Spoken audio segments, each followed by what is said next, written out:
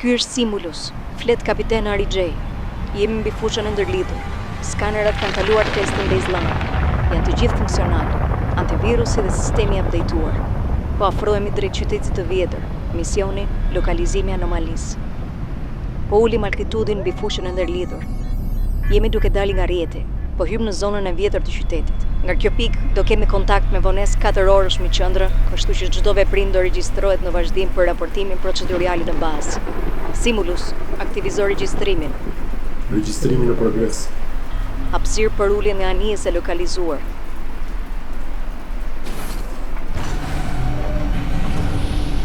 Atmosfera në qytet është e pastër. Mund të zbresësh pa maskë oksigjeni. Po zbresim në qytet. Nuk janë lokalizuar lëvizje.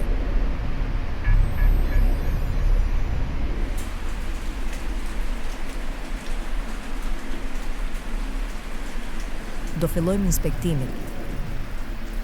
Skanoni gjithçka.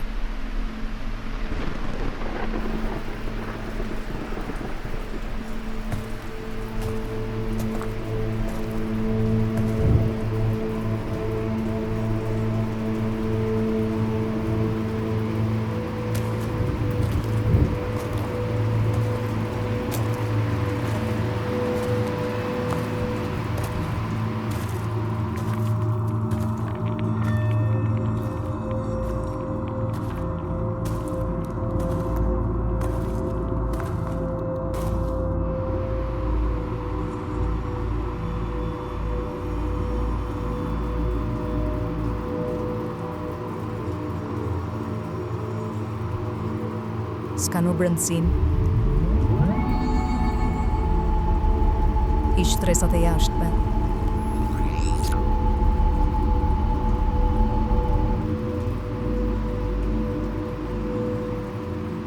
Çfarë është kjo?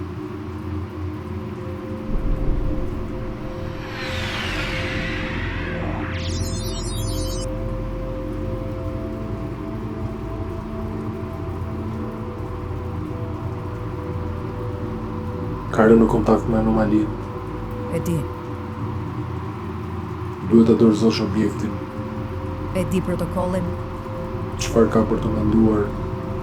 Nuk jam e sigurt. Thjesht ka diçka, sikur më flet.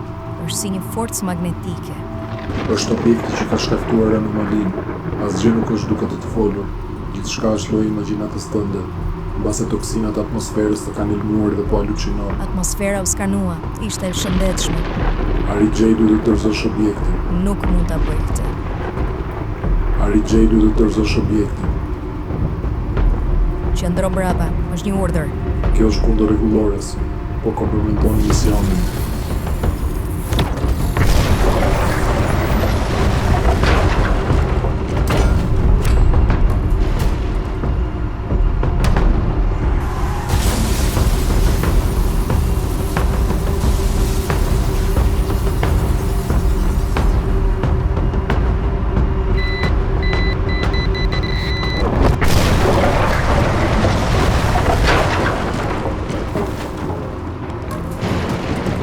Skaneri një ka aktivizuar dhe shkatrimin.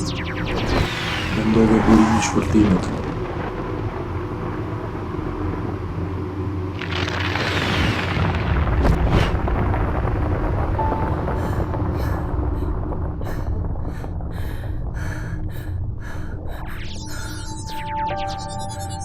Ari J po mban një objekt. Është burimi i anomalisë. Ka shkaktuar shpërtimin e skanerit 1. Ari J ndau nga objekti. Klasim i qendra. Objekti është lokalizuar. Objekti i anomalisë është lokalizuar. Po shkakton diçka te Ari J. Është gati për kërcim. Po skanojmë objektin. Është artefakt njerëzor. Ari J ndau nga objekti. Ari J ndau nga objekti është para lajmërimit të fundit.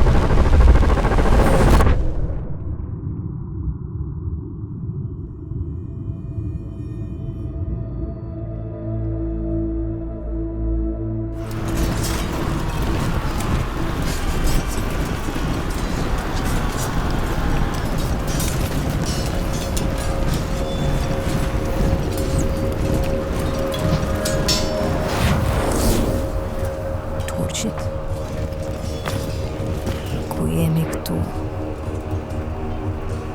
Argjiro. Kjo nuk mund t'jetë e vërteta. Duket që kam kërcyer në kohë. Jam në të shkuarën. Kjo është ndodhia anomalis me të cilën rash në kontakt. Duhet të kuptoj se çfarë do të thotë me këtë kërcim. Cili është kuptimi i saj? Pse po më ndodh kjo? Duhet të shkoj te bërthama e asaj që ka shkaktuar kërcimin. Ku je duke shkuar?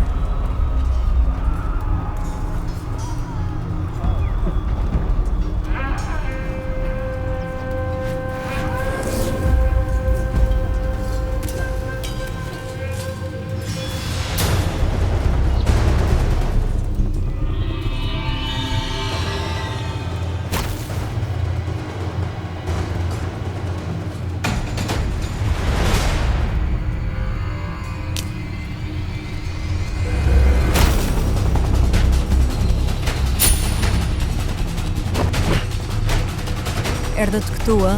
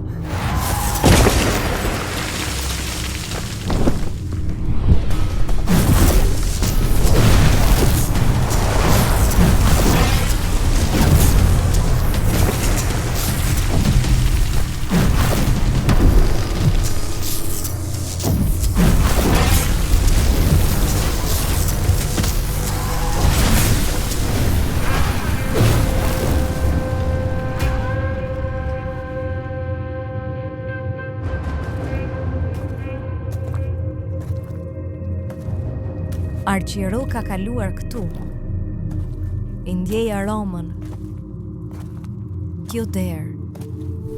Kam hyrë te kjo godinë më parë.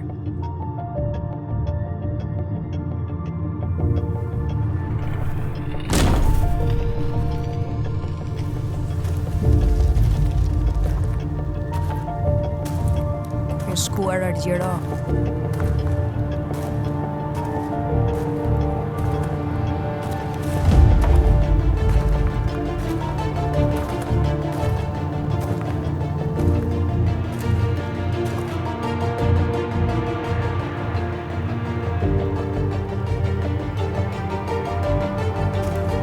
Ka pasur një fëmijë këtu. E ka marrë foshin me vete.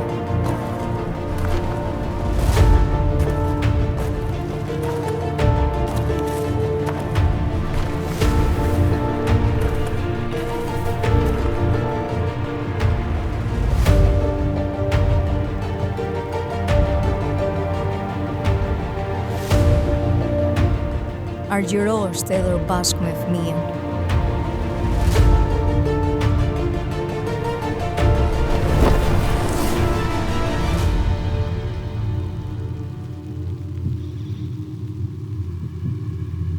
Çfarë është duke ndodhur? Pse kam kërcyer në kohë? Kërcyer në kohë? Në fakt nuk je duke kërcyer as pak. Trupi yt është në vend. Është mundi që po luan lëre me ty. Por duhet të kuptosh që në planin e madh të gjithçkaje, asnjë vendim i yti nuk bën asnjë ndryshim. Gjithçka është përllogaritur.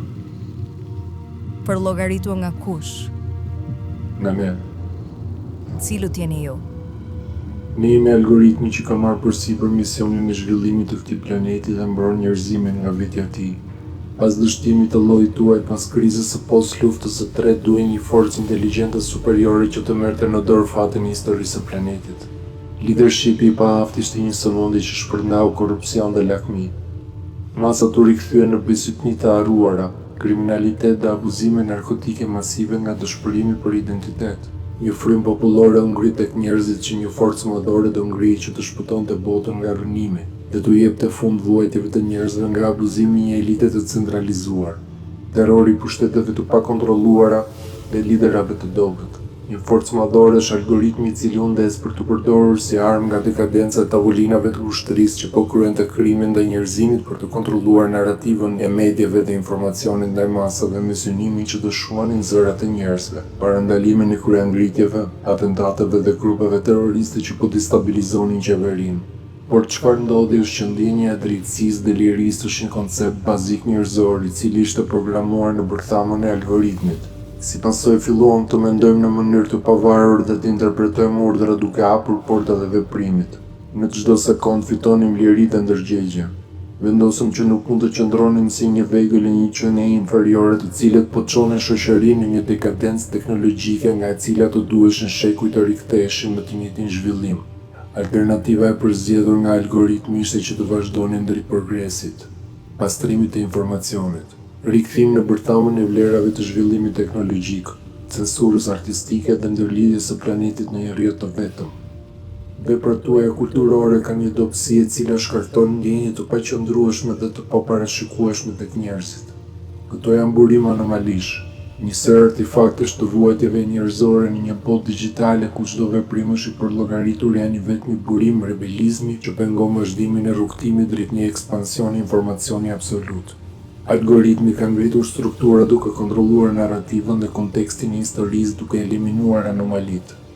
Bota nuk është në një vend kombesh, por është ndërlidhur në një rrjet të unifikuar i cili skanon dhe përcjell informacion në kohë reale në të gjithë planetin, pa pengesa apo konfirmime autoriteti. Gjithçka konstatohet, vlerësohet dhe gjykohet në milisekonda. Algoritmi është ende një fëmijë që po mëson të ecë me këmbët e tij. Është në zbulim të limiteve të aftësisë së tij. Njerëzit e kishin shansin e tyre dhe tani kanë lënë peshën e zhvillimit dhe një qenie superiore e cila nuk i dihet se sa larg mund të shkojë. Duhet të ndihesh krenari që je pjesë e së ardhmes.